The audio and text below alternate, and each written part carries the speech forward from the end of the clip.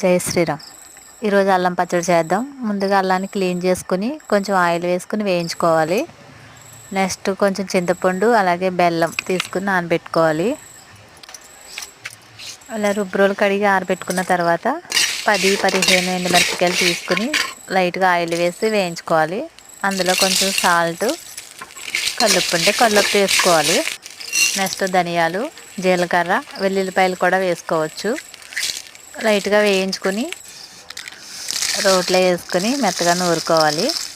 ఇందులోనే నేను బెల్లం కూడా వేసుకుని నూరేసుకున్నాను. నెక్స్ట్ అల్లం ముక్కలు తీసుకుని మెత్తగా నూరుకోవాలి. ఇవి మెత్తగా రుబ్బేసిన తర్వాతన చింతపండు వేసుకున్నాను.